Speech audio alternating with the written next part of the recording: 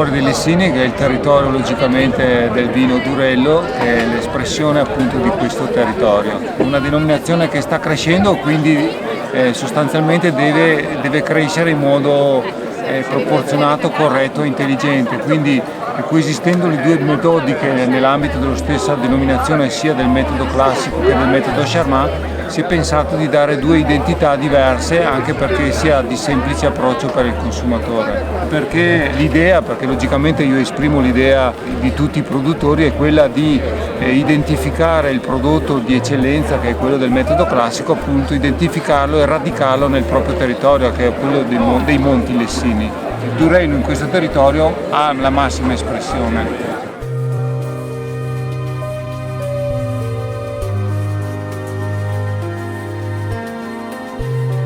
Monti Lessini e Lessini Durello sono le due espressioni, l'espressione del metodo Charmat è l'espressione che logicamente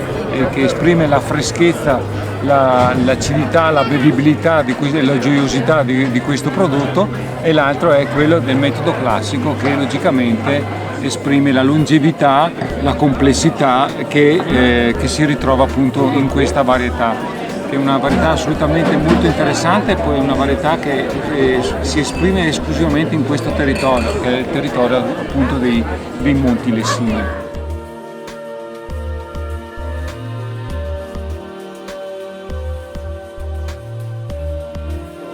Quello che i francesi chiamano terroir sintetizza il clima, il terreno, e logicamente è un connubio, un'espressione che poi si ritrova appunto nel bicchiere. Questa è una denominazione, potremmo definirla di alta collina, che non addirittura di montagna, visto le altitudini alle quali questo vitigno viene coltivato, e quindi logicamente beneficia di tutti quelli che sono gli aspetti climatici, quindi clima asciutto, forti escursioni termiche in corrispondenza della maturazione dell'uva, che sono caratteristiche fondamentali per la qualità di un prodotto, a maggior ragione di un prodotto di uno spumante. La caratteristica principale di questi suoli è il fatto che sono suoli vulcanici,